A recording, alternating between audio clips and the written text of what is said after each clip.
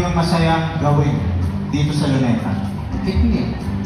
Kuya, magkano magpa-picture? Tanong ko po sa inyo, ano yung masayang gawin dito sa Luneta? Personally po sa inyo. O sa akin, may maganda buhay ako nito. Sabi nila, sila ka masaya ako nito. Hello, sir. Where you from? Iran. Oh, that's my dream country. What's the happiest thing in this place? Very good people. Nice people. Perfect to talk. Think and nice. Did you know? You came up to talk to me. And you seem like a nice person. Oh, I know. Thank you, thank you. Nice to meet you. Okay, let's go. Rambo? Rambo mo yan, no? Kaya may tanong ako. Ano yung masayang gawin dito sa Luneta?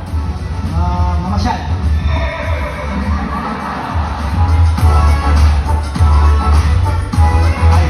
Ay. Ano yung masayang gawin dito sa Luneta?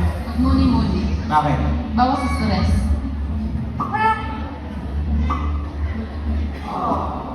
Masaya nga.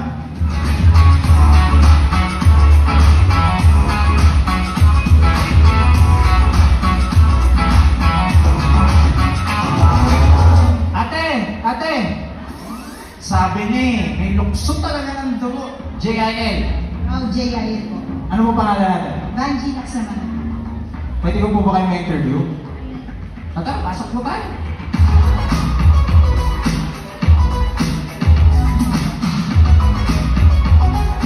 Kanina pa po kumikot dito sa Luneta, nagtatanong-tanong po kasi ako sa mga tao. Itatanong ko rin po sa inyo, ano po yung masayang gawin dito sa Luneta? Po sa pagja-jogging, pag-walking, tapos po may mga magagandang place na pwede kang pumunta, mag-relax, mag-unwind. At saka yung pinaka-memorable din po, every time na nandito po kami sa Luneta, is yung pong anniversary po ng JIL Worldwide every October po.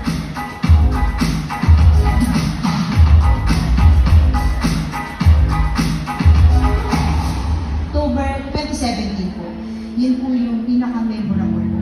February 2017 po, na-diagnose po ako ng stage 2 breast cancer. Para po naaalala, yung time po na nag-ministry na po si Bishop Brother Eddie, na sinabi niya na ilagay niyo yung kamay niyo sa bahagi ng katawan niyo na nangangailangan ng ipag-pray.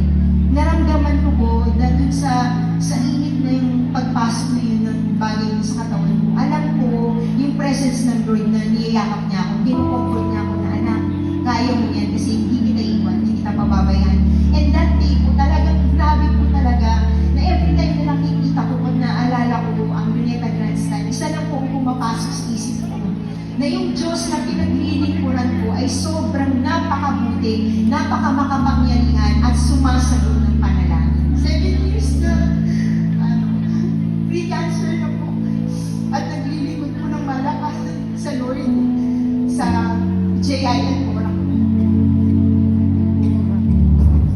Nasaksihan natin kung ano yung masayang gawin dito sa Luneta.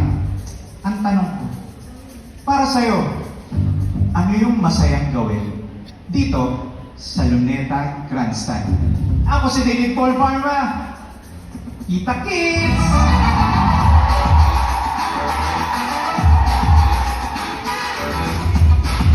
Praise the Lord!